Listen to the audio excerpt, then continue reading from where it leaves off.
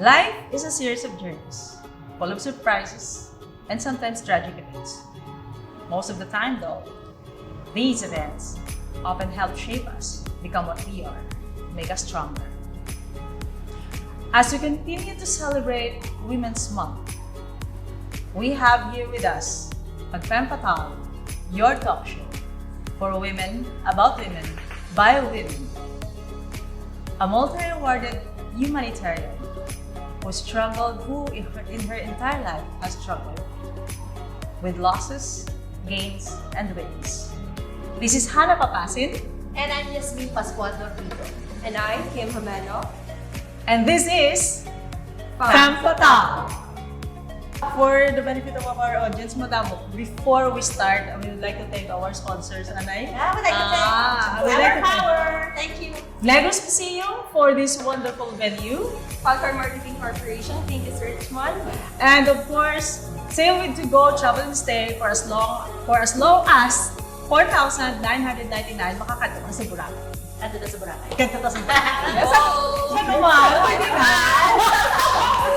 Well, anyway, the reason why we are here today is because what we have here with us, a multi-awarded humanitarian. She has been to different countries and she will be sharing this later on. Pero ang remarkable sa iya is that all through her life, ang utong na-mention ko kanina, life is a series of journeys, di ba? While she was undergoing those series of journeys, may aras ang high, may low, and then of course, she also dealt with tragic events. Of course, all of those will be documented in this book. She recently had her launch March 11, 2021. Sang iyang book titled Being Unstoppable, A Journey to Success, A Life of Service and Adventure. Ladies and gentlemen, we welcome to Femme Fatale, Miss Lourdes Ibarra. Miss, thank you very much for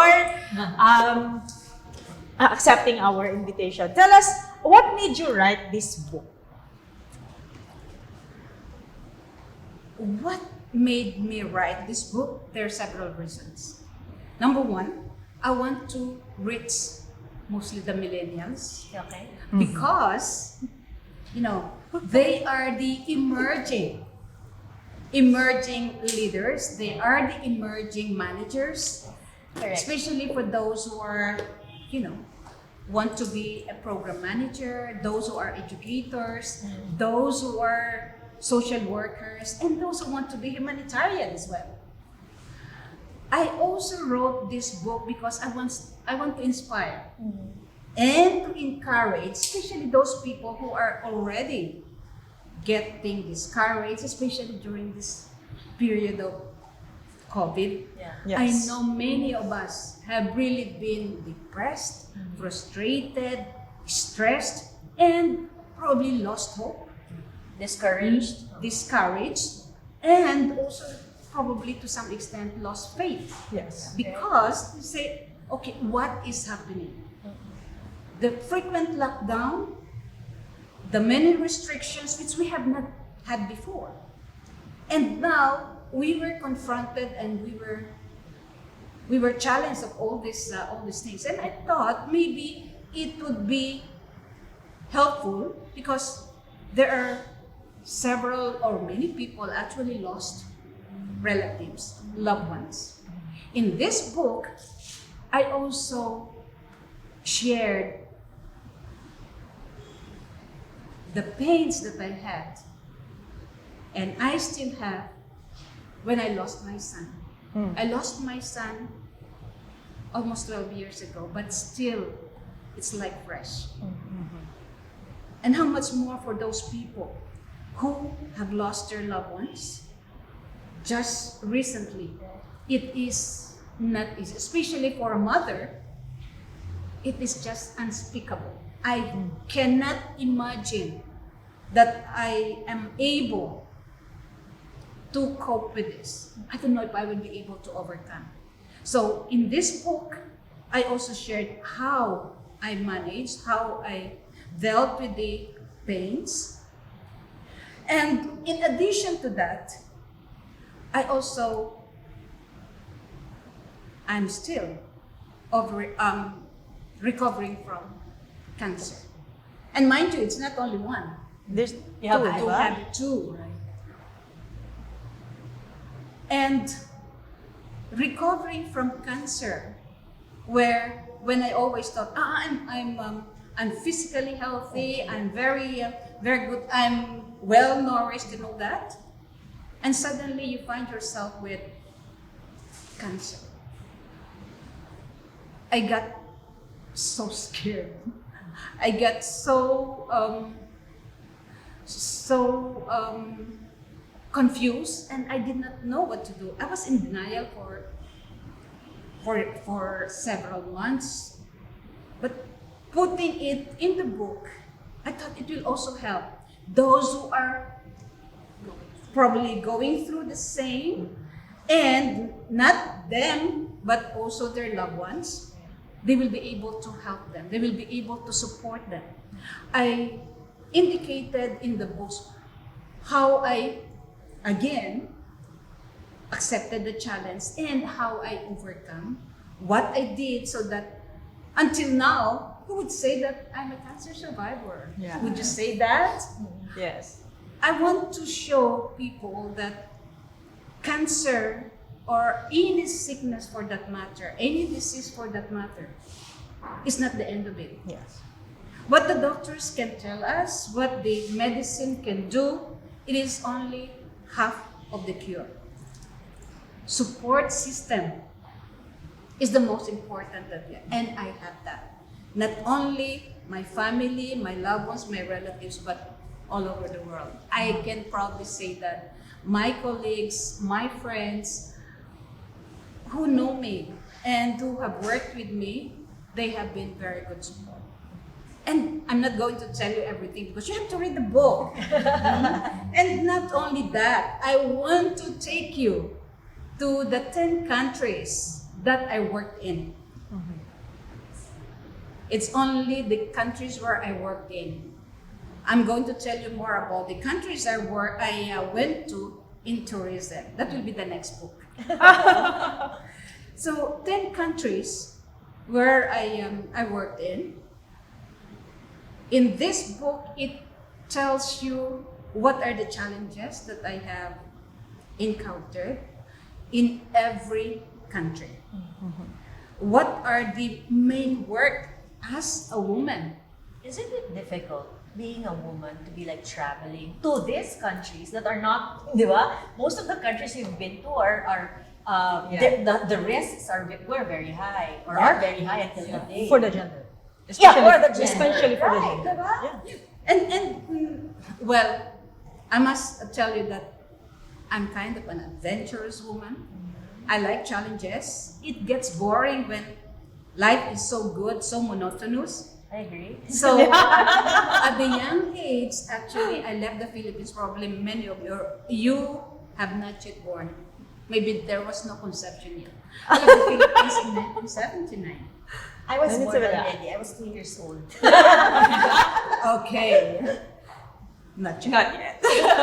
And of course, yeah. She's a millennial. You're a millennial. Yeah, I'm a millennial. okay. Yeah. So, reading this book, I take you to Ethiopia, which is in Africa. It was the first country where I worked internationally. Yeah. And Ethiopia. yeah, and May then pagka-Angelina Jolie. after Ethiopia, Federated States of Micronesia. But of course, the transition is such that it's in this extreme, because in Ethiopia, you must have heard about the extreme malnutrition, children. You have heard about the celebrities doing Humanitarian work. yeah, Yes. doing humanitarian work and fundraising for those To children. support it, yeah. Yeah. So from there, starvation and all those problems of malnutrition, we went to Federated States of Micronesia, where the problem is not actually starvation, but it is overeating. And both of those are phases of malnutrition. Malnutrition. Yes. True. So, Being from undernourished. Federated States of Micronesia, the most probably the most challenging and the turning point of my life, because it is a non-family duty station. It is where it is also the first time that I was separated from my family. So, it's a country which is under war. That was the time of the after the invasion of Saddam Hussein Yeah. in Kuwait, the Middle East. I'm sure you heard about that. Kuwait. Yeah, of Kuwait. Yeah. So there were different challenges, and again, read the book, because there are political challenges, there are malnutrition problems, and security problems. Pero I'm curious. During those times when you were faced with all of those challenges, I mean, aside from the work that you were doing, whenever you remembered your family, did it like wasn't there a voice telling you, I think you should back off, or maybe it's time you, diba, reconsider your priorities because you're a mother, you have a family, and you're away? It has not actually, because before going there, I'm prepared. Before I went there, the decision of me going to Iraq is a family decision. We always have, round table discussion with the family, my kids, both Noel and my son is watching, and my husband. We have round table discussion, and of course weighing the pros and cons. And since I like challenge and adventure, they all agree and they approved to that. So I said yes, okay. And it was with UNICEF. They say, okay, this is something that we have to. I'm not going to tell you again the detail because it's Okay. Not touching on the details of the book, but how were you able to? Well, I've read it, no? And then you have detailed all of these countries that you have gone to, and then of course you have seen firsthand strife, struggle, poverty in these countries. How were you able to relate that to your own experience here in the Philippines? As a woman raising two kids, ba? Two children. The name of the son is Peter Brett. Peter Brett, and siyempre si Noel. Noel is babae, ha? Wrong name niya is Noel. Noel Si Grace. Noel Grace. Who also coincidentally is also did humanitarian work, di ba? Like mother, like daughter. But how, like what I pointed out, how were these experiences in different countries? How were you able to relate it back to yourself as a mother and as a siyempre, citizen of the country? Thank you very much for that question. I think what inspired me to do humanitarian work is because I came from a humble beginning. I came from a poor family, children of 10. My father is a barber, my mother is a housewife but doing a little bit of entrepreneur here and there. And for me to experience that, I finished my education because my auntie, bless her soul, sent me to school from high school until I finished my college, living with them with 8 children, my second family. And since then I said, okay, if I'm able to help others, if I'm in a position to help others, I will do that. And for me, from the time I said, I want to do this, I want to help. But I have to help myself first. I need to have that confidence that I can do it, right? As a woman, going to all these countries, and most of them are kind of countries where women are looked down. Looked What down on. can she do? And down. culturally, it is not really kind of, it's very challenging. But I tell you, working in countries like Iraq, South Sudan, Afghanistan, Kenya, Syria was the last, Papua New Guinea, and it's those countries. And in the Middle East, culturally speaking, they wouldn't really like women to lead To them. lead. Yeah. You're supposed to be Kim, subservient. gusto mo man humanitarian work, ma-fly ka man sa countries. No? Someday. Oh, si Timo, di ba? sige mo. Fly ka sa gamit sa to go, tsaka let's stay. Basta yung mayara sila outside sa Boracay, you know. At so, Kim, I'm sure you will do. Si Kim, by the way, she's a youth advocate. And We have a lot to talk about. Napatrain siya. And Yeah. siguro, I like, mentored. what I want to ask is, how do you manage the cultural differences? Diba, when you go to other countries, you see them and you really want to help them, you present your solutions. How do you manage the cultural differences? Because most of the time, diba, when you talk about humanitarian work or these humanitarian organizations, they are based from Western na mga solutions and processes. So how do you custom fit that to the country that you're going to help? Okay, the first thing, my approach is, the first thing that I do, get to know the country, get to know the culture, because you need to respect the culture. Yes. And do not tell them offer solution. You learn from them what is the problem. Because in most cases, people with becoming, you have to do this and you have to do that. It is not the way we should do. We need to talk with them, ask them, what are your challenges? What are the problems that confronting you? And sit with them, because always remember, those who are in problem, those who are quote unquote the victims, they know what is the problem, what is the solution too. So you need to work around that. How are you going to offer a solution is knowing what are the problems. I ask them to identify the problems and be part of the solution, not introducing to them the solution. Because if you do that, it's going to be they will be put off, because who knows better of the situation, of the problem, they know.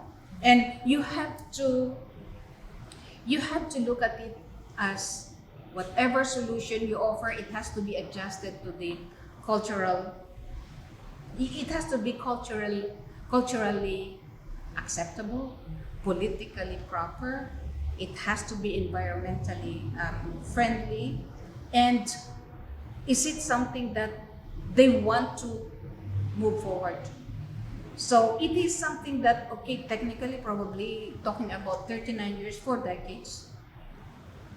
If you ask me to sit with the barangay leaders here, I would like to know from them. yeah. I'm not going to tell them, hey, this is your problem. So the approach matter. And thus far, in all these countries that I worked in, have been successful. That's why it's called success. Okay, and a journey to success. A journey to success, a life of service and adventure. Muli siya ang being unstoppable. Di ini siya, wait, before kita magpamangkot, kung di siya available, I noticed that the book, it is segregated into 3 major units, right? Yes. May 3 siya ka-units. And then, each of these units, ang pinakadako, ang na-notice ko is the second part, because mainly you were documenting your experience sa all these 10 countries that you've been to. And now let's go to the final part. Okay, before mag-epilogue, may third siyang part. You talked about the struggle of losing a son. Can you tell us about how you were able, let's not dwell on how you lost him, okay? But how were you able to process the loss, and how were you able to gain strength in order to cope with it? Because that's part of you being unstoppable. I need to water first. Yes. I get so emotional when we talk about it, and I'm sure every mother would understand the situation, would understand the feeling. I just have to take water. Yeah. It's okay. There's a saying that it's very difficult for a mother to bury her child. Yeah. For a parent to carry. I was For a going to parent. say that because it is painful, it's excruciating, it is unspeakable for a mother to bury her own son. Because usually it is the son who should bury the mother. And this one has not been very easy for me. For years, I tell you, the denial, the acceptance was not easy. But I came to the point that I have to accept it. If you don't accept it, and that was the first thing, I have to accept that he's gone. And then look at, what have I done? Do I have any regrets being a mother? And look at what I have done to them, to my son. And see whether it is something that I have or I can celebrate. And I came to the point that I said, I accepted the fact that he's gone. I know that he is in a better place. He's just preparing the place for us there. He will welcome us there. And I always know that he's always with me whenever because he always said, yes, nanay, kaya mo yan, ikaw pa. That's always the encouragement of the, of him. And I know that I have given them the best that I could as a mother. Even most of the time, it's remotely, by remote control, because I've been out of the country many times. But it is something that I know that we have, my husband and I, we have brought him up properly, and that he is like also a humanitarian worker. When I heard about what he did, when the colleagues, friends came, he did to them, even his classmates here in LaSalle.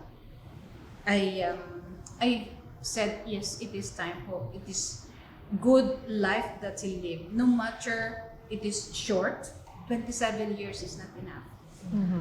But those 27 years is a good quality life that he lived, and for us also. So accept the situation. I was able to cope with the situation, the pain, and by talking to friends, talking to counselors, and look at how am I going to celebrate the life that he has lived in this world. That's very pain is relevant today. Oh, that's very relevant today because people have been losing loved ones, friends, since the start of the pandemic, and it's really comforting to listen to somebody who has the same experience, diba? Thank you very much for your time. You know, time really flies fast, no? Oo, Pagka-rich sa discussion. Oo. Anyway, before we end this episode, our episode, we would like to acknowledge the presence of the Being Unstoppables editor, si Miss Femme. She is here with us sa atong studio. Miss Lourdes, where is this? This is your chance now to promote the book. Then is siya available. The book is available. Actually, one of our points is the Little Farmers Cafe. Little Farmers Cafe. Yeah, Little Farmers Cafe. And at the moment, it's more of, there is the page book page, the book page, Yeah. Being Unstoppable. And there is a link which you're going to click, and it will direct you whether you're in Metro Manila or other provinces, here in Bacolod also, and around Negros. It